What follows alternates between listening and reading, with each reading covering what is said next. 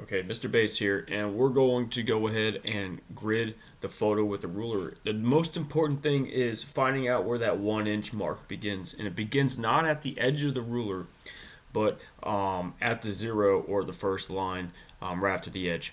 So what we're doing is we're making a tick mark above every number, aligning the ruler horizontally across the paper, and we're going to make 1 inch grid.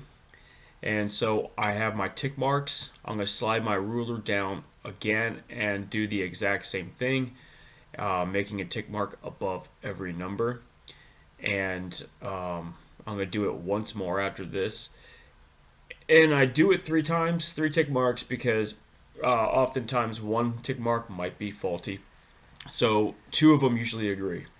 If you just have 2 tick marks, you might one of them might be faulty and you're not sure which one to believe. So have three, right? So I'm going to now take my ruler and connect the dots, aligning it to the best of my ability with the 3 tick marks. And I'm going to do this pretty dark on my photograph, right? Because your photograph is just reference; it's not your actual piece. So you can get a 4B pencil if you like, and create your lines by connecting the dots on your photograph. Right now, I'm making my vertical lines; they're all exactly 1 inch apart, right? Because I'm making 1 by 1 inch grid. Um, After I'm done with this, I'm going to rotate the paper and go horizontally. So right now I'm going to take my ruler and do the exact same thing that I did vertically. I'm going to take my ruler and not the edge of the ruler, but it overhangs off the paper a little bit. Again, knowing where the 1 inch mark begins at the end of the ruler, it's where the zero is or the first line. And align that to the edge of the paper and make tick marks above every number to give yourself 1 inch distance apart. And you're going to do that 3 times, right? So you're going to slide your ruler down again, probably about a couple inches, make another tick mark at every number, and then do it one more time for good measure. And this way, again, you know that your tick marks are going to generally be aligned with one another and your line won't be cockeyed. So here I go, rinse and repeat the same thing over again, right? Taking my ruler and I am making my horizontal lines now. This way I have a grid and I know my grid is even. I have 3 tick marks that are aligned and it looks right. If your grid is jacked up, then your drawing is going to be jacked up, plain and simple. So it's really important that you take your time and you understand where the ruler, beginning of the ruler is, beginning of the 1 inch mark. That I can't stress that enough. And paying close attention to measuring and where you're placing your tick marks. Make sure those tick marks are going right above the number, right? Or the line on this wooden ruler, there's a line next to the number that indicates the inch mark. So just pay careful attention where that inch mark is and then make the tick mark there so you don't jack your grid up. We're going to move on to making a grid on your piece of paper right after this. So it's imperative that you guys have a grid that matches the photograph. But first, we're going to create a 1 inch border. So again, going back to where the 1 inch begins, right there, right? And it should hang off the paper just a little bit. And we're going to make a 1 inch border. And people ask, well, why make a 1 inch border? I'm like, well, it's good for presentation, and there might come a painting project where you have to lay tape down to hold it down to the table, and you'll need a border for that. So there's a purpose for it. I'm doing the same thing with the grid and making 3 tick marks, right? 1 inch away from the edge.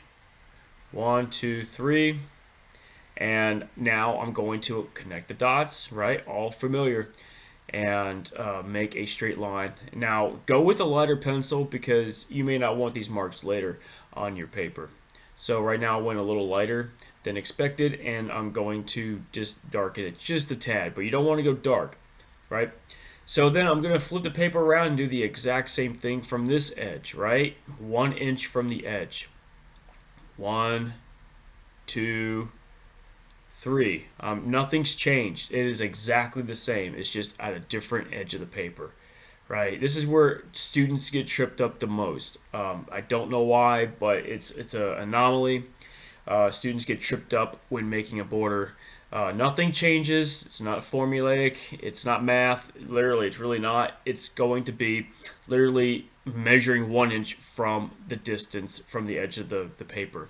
I just flip the paper around again, and I'm going to make 3 tick marks, right? Just from the edge of the paper. I'm not doing anything fancy. Nothing's changed. And I'm going to go ahead and connect the dots. And then I'm going to do it once more to get the last and final edge of the paper. Give it a border, right? So nothing's changed. 3 tick marks. Make sure it's aligned straight. And then here I go, finish the border. And now you have your border, and it's 1 inch away from the edge. And then I usually go ahead and erase any straight lines that may have crossed over to the edge of the paper, just so it's not going to show later on. Now I'm going to go work the grid inside of it. The grid is exactly the same as your photograph, right? We're going to go 1 inch by 1 inch grid, and the paper should be, well, within the border, 8 by 10 inches. With the border as a whole, the paper is 10 by 12 inches, right? So within this 10 by 12 inch paper, we have an 8 by 10 grid, or what we're going to make. Nothing changes, all right? Just like the photograph. Align the 0 or the 1 inch mark to the border, and then make tick marks above every single number.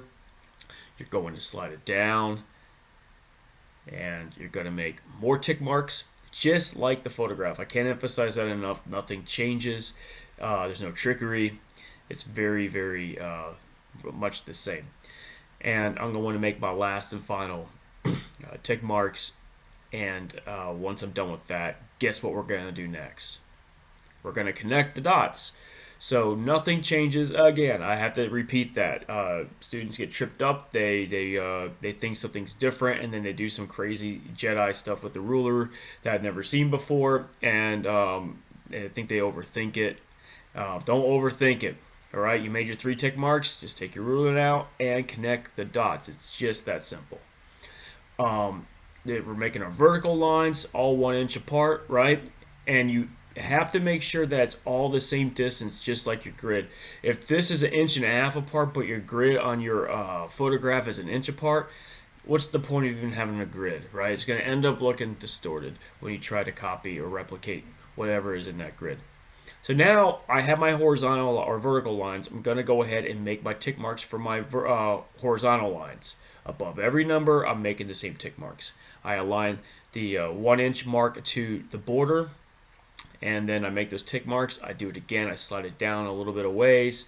Go ahead and make my second group of tick marks, and then my final group of tick marks. And guess what we're doing next?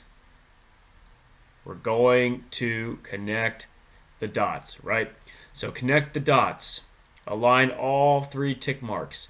This is tedious. I know it's not sexy, but it really will help you out with your project, and you will be thanking yourself when your picture looks stellar. So we're going to wrap it up here in a few seconds. Just remember, it's not a trick. It's really not math. And all you're doing is just making tick marks above your numbers and aligning it 1 inch distance from each other. Just remember 1 inch. That's the magic number 1, right? So go around, erase, make sure everything's good to go so you don't have any stray marks. And you're ready to start your portrait. Congratulations.